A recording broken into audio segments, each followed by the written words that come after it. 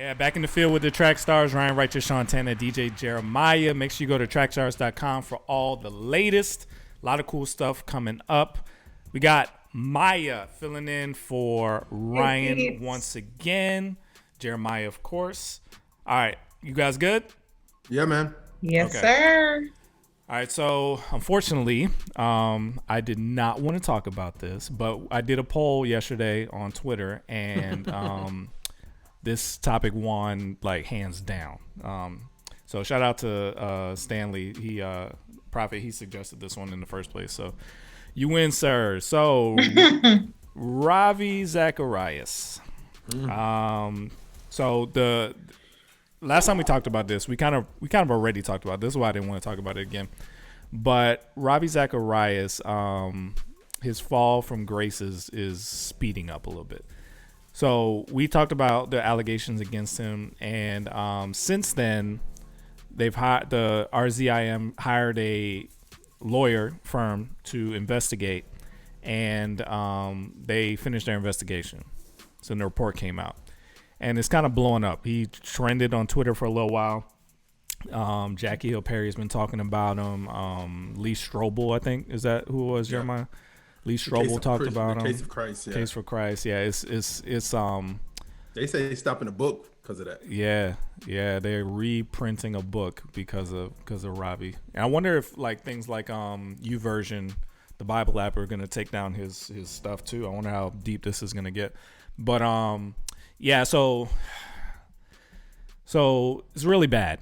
It's really bad. And we knew a little bit about some of this. We knew about the accusations of the young lady from Canada who they exchanged messages. We knew about that one. And I read her allegation. She can't talk because of an NDA. They're trying to get that killed. I think his estate denied that, so she's still under NDA, so she still can't talk. But I actually read through the whole report. Did you actually see the real report? I went to a website. For people that don't know, I get a lot of my entertainment report stuff from, like, of course, on the Christian hip hop side, Rapzilla, but Christianity Today and Christian Post had it on their website, and they had some stuff on there where they talked about, and that what you just said was the tip of the iceberg. It wasn't even. It was like even more stuff. You like. So I actually read the actual lawyer's report. It was like 19 pages. And so basically what happened was this has been going on for a while. They were only able to review a few of his phones because some weren't handed over by his family or something. And there's gaps in their report because they're missing, information from those phones. Yeah. They were able to get some older dated information because, like his stuff was stored to the cloud. So they were able to see stuff that was like imported from old phones, from the cloud to his new phone, but they don't have all his older phones. Yeah. And just from the information they were allowed to gather, they didn't even go to Asia to interview the women that he had massages from there. So this is just with the limited information they had, they still were able to build a huge case against him.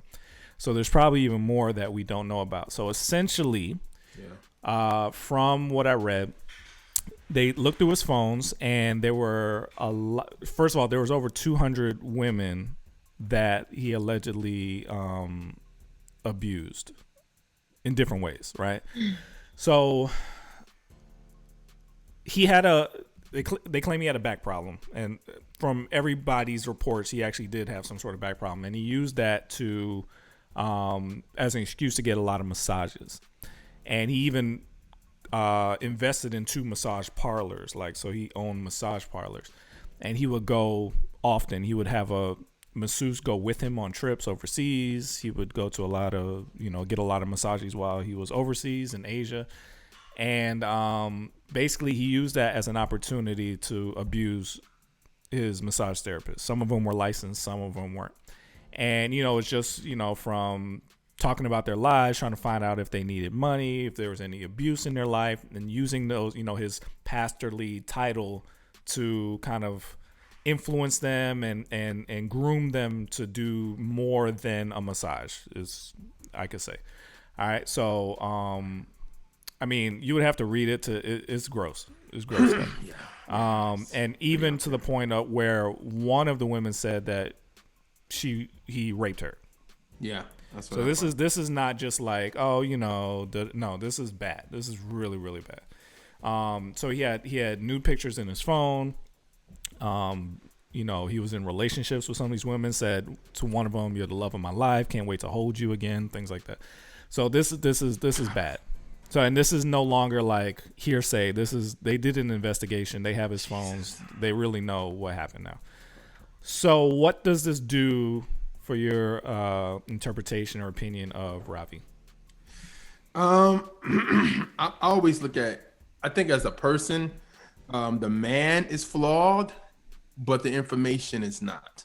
You get what I'm saying? Like, I feel like, and when I mean information, I'm not talking about what we just said. I'm talking about what he presented as defending the faith, being apologetics, the word, like the word is not flawed because somebody corrupted was talking about it. Because at the end of the day, if your life was still impacted, I mean, if you read the tweets from different people that was like, man, this guy, I didn't know about this double life at all, man, but his impact on me allowed me to change people around me. You know what I'm saying? So I can't say that, I can't say like, I could say that it looks bad on his behalf, but I can't say him defending the faith and him talking on how to reach people for the gospel of Jesus Christ is a bad thing. I would say one caution to that, though, before you go, Maya. One caution to that. I know we always say that, but in light of what he was able to do, despite what he said, there may be some examination needed on what he said, too, because he may have laced what he said with the same mentality he used to abuse these women. So, but what we talking about is the Bible itself. So if he didn't just stand up and quote the Bible, like he interpreted it, right? So we just have to be careful. We need to go back and say, okay, it sounds really, really nice, but we need to make sure he didn't lace it with any false thought he was using with these women as well, because the same abuse to them could have been done to everybody.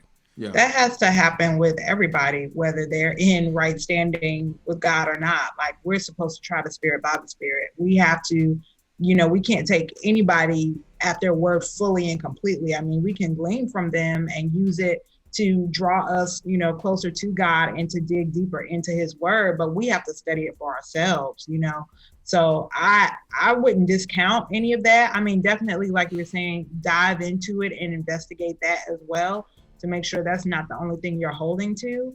But then also too, my thing is, I'm more concerned about him. Like, I want to make sure, and of course we can't make sure now that he's gone, but my prayer is like, God, was he a castaway? Like, did you literally use him here in this earth to build people up in their faith and then cast him away because of his private life? God forbid if that's the case, but we don't know. So, okay, we obviously people know by now that we've dealt with this. Like, we had a Ravi, right? Basically. So I know the tricks, I know the secrets, I know how things get covered up. I know how the church and the church funds can be used to cover up, and all that was the case here as well. The money that people were donating to RZIM was used by Ravi to pay for women apartments, lifestyles, school, to basically for silence, for compliance. And that happened in our situation as well. So it's a pattern I'm seeing, and it's like, okay, the reason I'm cautioning just, man was flawed, but he did good word, is because when I go back and revisit some of the things that the person, our Ravi, said and did, it was laced with his brand of Christianity. And while you're taking it in, not knowing his lifestyle, it sounds like, okay, yeah, that sounds right. But then when you revisit it and you realize, the cap, and if you don't know what the cap is this idea of once you make a certain amount of money, all of the rest of it goes to somewhere else. It sounds like a godly sounding thing, but his cap was like $300 billion, right? So You, it's don't know laced. that, Sean. He said it several times from the stage. $300 billion. It was something stupid. It was something stupid. So he would never cap. Exactly. So the point is that yeah, there may have been good principles spoken, but it was laced with his personal viewpoint on the world, which was, I'm a Solomon. I'm above the law. Yeah. I'm a Donald Trump. You know what I mean? Like the law is for you guys, you peasants. I'm a special type of person that doesn't apply to me. That's what you have to go back and make sure that wasn't laced into his teaching. But you know what's so interesting about this situation, and I look at it from like, I think we sometimes, certain people in the faith show favoritism, and I think God is wiping that away. And what I mean by that is, if this was Joe Osteen, if this was TD Jakes, it would be so many people in our community. And when I'm talking about Black community, I'm talking about the CHH community that would have been like, see, I told y'all this dude, they wasn't right. But God was like, let me show you something. And this is really affecting a lot of people who are on that big on defending the faith and all this other stuff. And I think what this is showing is like, I think I read a tweet earlier, is like, we got to get rid of the Christian superheroes. Like, there's only one superhero, and that's Jesus. And Jesus is the only one that can be, that should captivate your heart like that. We shouldn't be able to captivate your heart. Every week, we're grateful for you to watch us every week. But at the same time, I shouldn't be, I got to listen to what Jeremiah say, or Sean say, or Ryan say, or Maya say, or whoever on the show we got on the show. It should be more of, what does Jesus say? That's the thing about being, one, in the Bible, and then two, really having a relationship with him, because at the end of the day, like you said, we could be saying the greatest things on this platform that we have, that we created over the years. But if something was to happen and this doesn't happen no more, and somebody's like, yo, man, the Trackstarz made me just run away from Jesus after that whole scandal happened with them. Like, it's like, you're putting your faith in us. We're just vessels. You know what I'm saying? But at the same time, we have to be like, we have to live right too. Not saying we're going to be perfect, but at the same time, it has to be something where people got to realize idolization. I think God is doing that in this hour right now. It's like he's knocking off people's idols and saying, regardless if your idol is Word of Faith, Calvinist, or whatever, he's showing you that it's me. I should be your idol. I should be the focus that you should be telling people more about me than a Ravi message or a Jake's message or a Pastor Todd message. Like, you need to be telling people more and more about Jesus Christ and his coming versus what some pastors said. But it's really hard though, because I mean, I say that all the time too, Jeremiah, of like, don't listen to me, but human nature is to seek wisdom and follow after people, right? And it's hard to just say, just follow after Jesus, because there's so many different ways to interpret every passage in the Bible that people do look towards leaders for wisdom, like, help me understand this. And unfortunately, so many of those people have fallen short. And what it does is it makes you not trust the whole system, right? If Ravi could stand up there and sound like a man of God, sound like somebody who at least was battling sin and not trying to cover it up, and then you find out he can sound that much like a godly man and not be, who actually is? And if nobody is, then what's the point? But I think I think it goes back to Jesus, and that's why I'm saying what I'm saying, because even though what you're saying is correct, you do need people to help you with your walk. You do. That's what discipleship is. But at the same time, even Paul was saying, like, don't defend. It's not me. It's not Peter. It's not none of these people. It's the Lord. Like, you guys are y'all fighting against, like, when he was talking about, I forgot. I'm a disciple of this person. I'm a disciple of that person. It's like, we are Jesus' disciples. And yes, like you said, I understand what you're saying. But I think what at times what we see is people's feelings, emotions, minds be wrapped around a ministry, or they be wrapped around a person that they watch, that when that happens, it's their fault. They fell, then I gotta fall too. But if you're standing in the word of God and you're standing for the Lord, like really like, yo, if Sean falls tomorrow, I love him. I'm going to pray for him. And I'm going to ask God to whatever we need to help him with. But my walk shouldn't shake me because you fell. Of course. And you're talking about it from the follower's point of view. I'm talking about it from the person on the spotlight. That's what, that's like, what I was going to say. At some point, two different perspectives. You have a responsibility in that position because you don't understand how devastating it is for somebody to think you are legit and then to find out you're not, because at that moment, it's going to be hard for them to ever think anybody is ever legit again. And if they don't, then there is nowhere to turn for wisdom and guidance. Then it is all up to you to figure out what these words mean by yourself. And you can get by that way, but it is really difficult when there's so many different opinions on this. The church was set up to help with that. It's set up to have leaders and people to that you should be able to trust. And now we're basically saying, well, nobody's trustworthy, so screw all that. Just figure it out on your own. That's really difficult.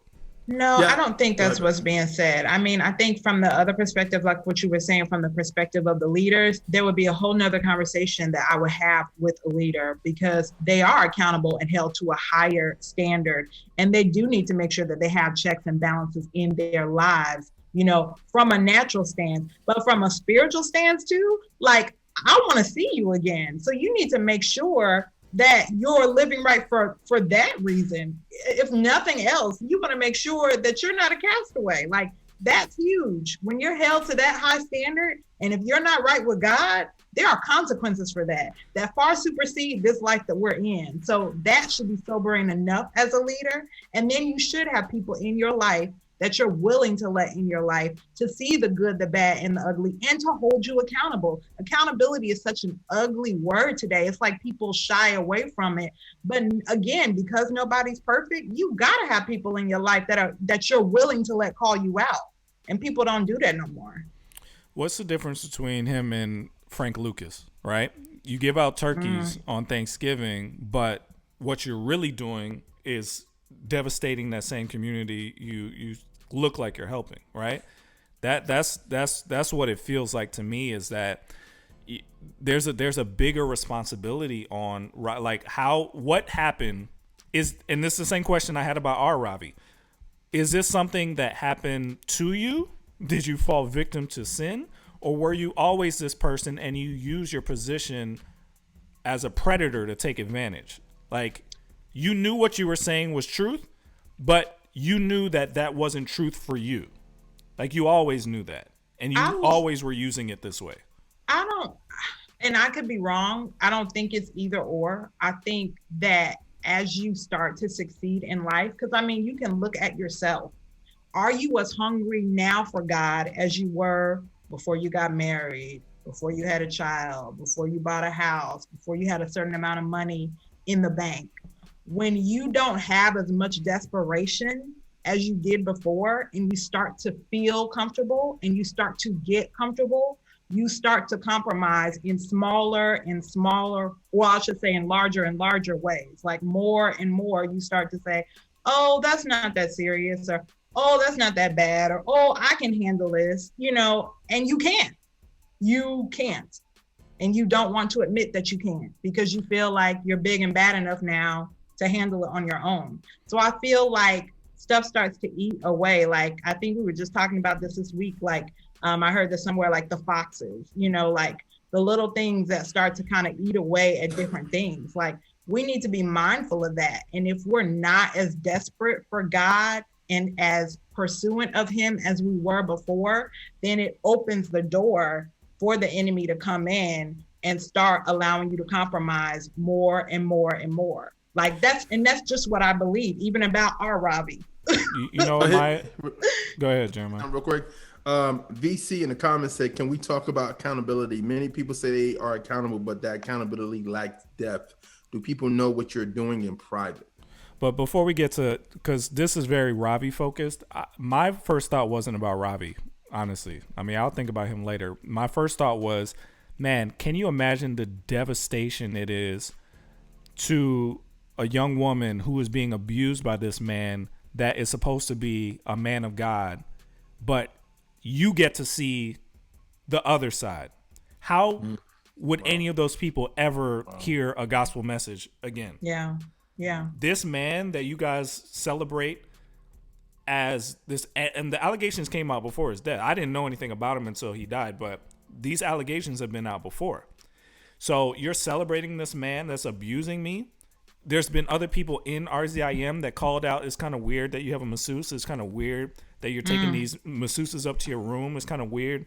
And they get punished. They get ostracized from the organization. They were like, the organization, use NDAs to silence people. And like, it's going to be really difficult if you're one of those women who are raped or abused or whatever, or manipulated with things that you need, like housing and money for your child or whatever, as leverage over your head because this man of God, he was so powerful, you couldn't be touched. Basically, he said to one of them, you will be, if you talk about this, you'll be responsible for millions of people losing their salvation.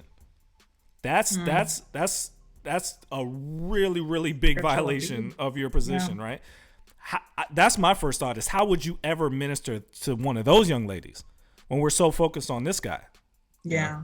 Right now, he's a perp. You know what I'm saying? Like, that's where he is right now. We need to focus on these young ladies. Like, how are we ever going to reach them? Ever. And young men. I mean, people that have, revered this man for years, and, we lived that. We were on a journey. It was 3 years at least before we committed to another ministry, because church hurt is real. It's real. Disappointment is real, and that, it's by the grace of God. We did fall away from our faith, but we know plenty of people that did. So that is real. Yeah. That is a very real aspect of it. That's where my first thoughts are. Not with, I don't, my first thought wasn't with our Ravi. I hope he's, we'll deal with you later. Like, first, look at the trash you left us. Feels like the snap in Avengers. Like, we got all this trash laying everywhere, and you left it for us to deal with, and we're still cleaning it up. It's 10 years later. Yeah. Like, that's my focus right now. Like, he had his chance to deal with that. Like, we have to deal with what he left. This is a problem. This is really big. That's my thought, is all the people who try to come forward or try to come forward and they're silenced because the power of the godly, big entity is just unbeatable in our culture. Here's a question I have.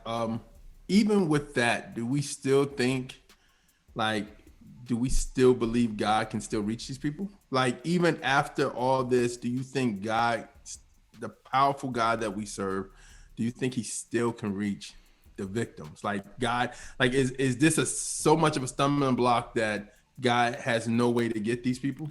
He may have to use other people than us, because I can't imagine them looking at church people. Yeah. The same church people that turned the blind eye to their abuse and being like, oh yeah, I'm gonna listen to your God, but you talk about your God. Like, the American church is in a bad, like, how I feel about this. We're in a bad place to where witnessing is going to be a lot harder going forward, because we've failed so often. Why would you trust the church right now? The only way to overcome that, though, is repentance. Like, for real. I know there are people I've had to apologize to because I upheld certain facades that didn't need to be upheld. And I wasn't even the offender, but I was the accomplice. But we were used to keep up the appearance of good. But repentance is what opens that door. When you're willing to put yourself out there and say, hey, I was wrong, and even as a leader, when you're willing to put yourself out there and acknowledge the fact that you have flaws, that you have failures, that you have made mistakes, that is what I think will help people to turn back to the church once they realize, hey, we're willing to be honest, first and foremost with God, but with ourselves and with others. So, speaking of accountability, it seems like the biggest accountability issue Christians have from very young to very old is all about sex. Yeah. It's all sex. Why is that such a big problem for every stage of life. You would think it's just like a teenager, young adult problem before you're married. No, like this man was way past that, right? But it still was something that he fell to. Like sexual sin is like, and all brands of it, right? It's like true. Our biggest hurdle. Why can't we deal with that? It's so taboo. Yeah, go ahead. No, I would say I think that's what real accountability kicks in. Like, and what I mean real accountability is like when you really want somebody to be accountable for your life, and you're the open book too. So when you have to go to somebody and say, "Hey, I'm struggling. Can you help me with this?" And they say, "Well, if you're struggling with this, give me your tablet. Give me your give me your phone. Give me your phone codes. Put this on your phone. So if you go to a website, I know you did it, and we have a conversation about that." Like that's what makes it. It can make you do two things with those situations. I'm saying it can either make you be like, "Okay, I do it, and I'm just gonna straighten me out," or it can make you go, "Man, I don't want this." You know what I mean? And I think true accountability is really going there. It's really going to when it talks about the scripture, cutting stuff off, like Jesus talking about plucking your eye out so you won't go to hell, or cutting your hand off if it causes you know what I mean? Stand, yeah. So I think that's what we're talking about here, and it's like, do you truly want it? And honestly, I think that's one of those things where, as believers, we got to ask ourselves: do we truly want true accountability that shreds us up? And honestly, not shreds us up like cut you up, but it's just one of those things where God is like, I'm a break you down. Real accountability breaks you down and builds you up, and gets the yuck out of your life and gets the stuff out your life that you love so much that you don't want nobody else to know that you love. You know? Here's the problem with accountability, especially for these celebrity Christians. Who in their right mind is going to tell one of these people no when their life depends on them? A real somebody that fears God more than man. Bottom line, it's really difficult to find people that way when they benefit so much from knowing you. You see what I'm saying? Yeah, that dynamic is hard to overcome, because if you have money, power, fame, one of those things, it's really difficult to tell you no. It's harder to tell you no unless that person somehow has more power than you. I don't know. Really I think if that person respects the person more. Yeah. Like if somebody was like, "Hey Jeremiah," if it was a pastor, if it was a pastor in my church, or if it was somebody I'm serving, if I'm serving in ministry, and somebody's like, "Hey man, I'm seeing stuff that you're liking on IG, you shouldn't be liking." And if I'm a true Christian, or if I'm a Christian that's like, "Man, you're right." You get what I'm saying? Pride has to. One thing about accountability. It should die. The pride in your life should die to the accountability. Accountability is like that medicine that you take when you have a cold, and your cold is pride, and it's like knocking it out and it's getting it out of you. That's what it should be. But if it's friendly, if it's like I don't really want it, or it's like I'm lying to myself, like, "No, I'm okay." Jeremiah, I mean, it was just pictures. Who's really good at that? Who's really good at, you're kind of doing your own thing, you may be sliding into something you shouldn't, and somebody comes and says, "Hey, you shouldn't be doing such and such." Who's good at being like, "You know what? You're right about that." You know, your natural tendency, everybody's natural tendency is to be like, "What? I ain't do. That's not what it was." Well, David, I ain't that man. Yeah. It depends on who it's coming from, because the thing is, it shouldn't be like, if you're a pastor, it shouldn't be one of your parishioners that's trying to hold you accountable. You know what I mean? Like, it should be another pastor or your pastor. Every pastor needs a pastor. People don't realize, who is Robbie's pastor? That's the problem. But who are any of these famous people? That is the problem. But where does it stop? I mean, not all of them can't have a pastor unless it's the Pope. Yes. Who's the top pastor? Well, you know what I'm saying. Everybody should have someone that they're willing to be held accountable to, and it shouldn't be one of your parishioners if you're a leader. You know, it shouldn't be, someone that's accountable to you, like in a organizational way, that's trying to check you. Now, they may see something and say something, but in that case, you probably would be like, "Who are you to tell me?" At the end of the day, there should be a relationship, an existing foundation there, where you can have those types of conversations. And I think it should be honestly based off scripture. It should be the elders of your church. The elders of the church is supposed to, like, if they see the pastor doing something, they supposed to. I'm saying supposed to. They're supposed to step to the pastor and be like, "Hey, what you're saying is biblically. What you're doing and what you're saying is not biblical. So you need to you need to either step down, take some time away, confess your sins, and we need to do this biblically." That's what elders are supposed to do. Think about what you're talking about. Ravi wasn't a pastor. He was a parachurch leader. Yeah, but even still, he should have had a board of spiritual advisors, just like you have a board to help you run a company. You know what I'm saying? Like, I think he did.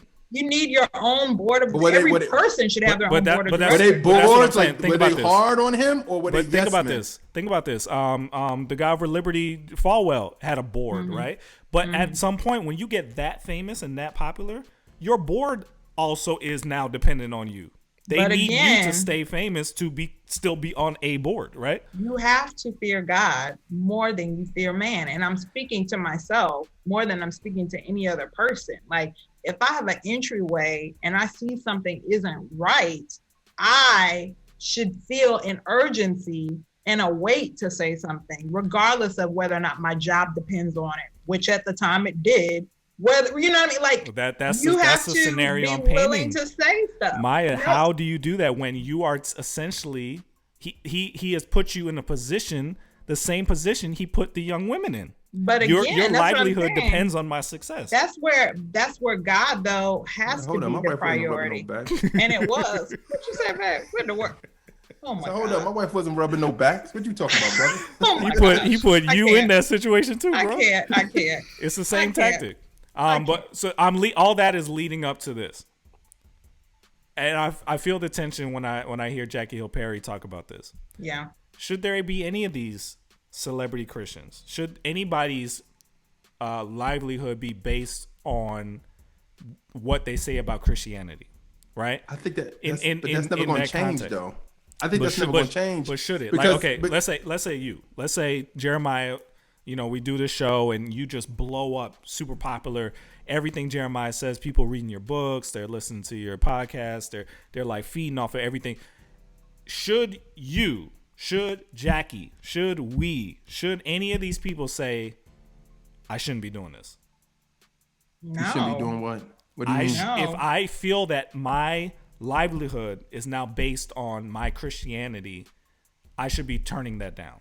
It's not your Christianity, it's your gift making room for you. And as your gift makes room for you, you're held to a higher standard. I'm just not sure that people's occupation should be the Christian guy or the Christian guy. But it's hard to say that because there's so many biblical things where people, they would still praise in their occupation, even though they were, you know what I mean? Like, it's hard to say, like, you can't, because there's biblical things that show you that honestly you can, if you get what I mean. You see what I mean? Like, I'm thinking about a Paul. Paul was like, he's a murderer, he's killing Christians, that's his thing. He's just taking everybody out, and then he is the Damascus situation. Then after Damascus, he is now a preacher where people are on his words. Like, what? I mean, remember, there's no Bible at this time. So it's like, Paul, we need a word from the Lord. What are you saying to us? So are you considering all of these people that are celebrity Christians evangelists? Is that their job? To me, I think that's why I think celebrity Christian is an oxymoron, because I feel like they're the two are the same when in different worlds. I feel like in the Christian worldview, like every Christian, if they're doing their gifts and their talent, could be a celebrity. And I think the devil's version of a Christian could possibly be a celebrity. All right, I'm gonna bring up a question that was asked to Ryan, Jeremiah, and I over Twitter. Do you remember this question? Yeah. I saw it. I'm gonna try and bring this up. I'm leading up to this question of essentially was, if you were to start over, would you still start Trackstarz? That's where I'm getting at, because I think everybody can see the flaws in what created this Ravi situation, but they can't necessarily see it happening to them. And I want to evaluate, is it happening to us? And I want everybody to be able to evaluate, am I becoming something where my power is dependent on my Christianity, for instance, to where even if I'm failing, I still have to make it look like I'm not failing to maintain the same power I had. If Ravi were to come out and say this, everything he has goes away. And if you know that, you will be even more tempted to fake it when your whole livelihood is dependent on you being the Christian guy. You see what I'm saying? Okay, so not on your carpentry or tent making, or your livelihood doesn't come from something tangible. It comes from the fact that you are supposed to be the one that knows all the Christian stuff. I get what you're saying. What power do we have, Sean? What do you think the power we have that we have an audience? Yeah. And some people in that audience may look up to us as, I value what Sean says, and Sean says it, I'll give it more credence than if somebody else says it, right? That's a power that some people don't get. Should anybody really have that power, especially if it's not in a church context with the structure around it of elder and such and such? Should anybody just be the known Christian guy and their livelihood depends on them maintaining this appearance of godliness? That's just a question. I think that the hard part about it is I think the world, and I think some Christians feel like you have to be perfect as a Christian.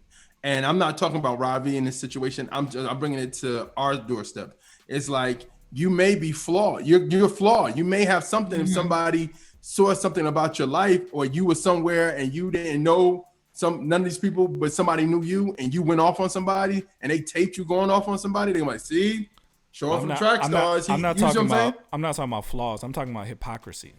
Okay. That's more serious, right? Okay. It's saying you're doing a thing, but your private life is totally contrary to that, where you're pretending to be a thing. That's what I'm more afraid of. And that situation lends to more of pretending than I think people realize. But your check comes in because of your Christianity. So if you are doing this Robbie stuff, why would you admit that? You would lose everything. You see what I'm saying? That's a huge temptation to overcome. So anyway, we're taking too long on this. Let's get back into it. You in the field with the Trackstarz, Ryan Righteous, Sean Tanner, DJ Jeremiah. Let's go.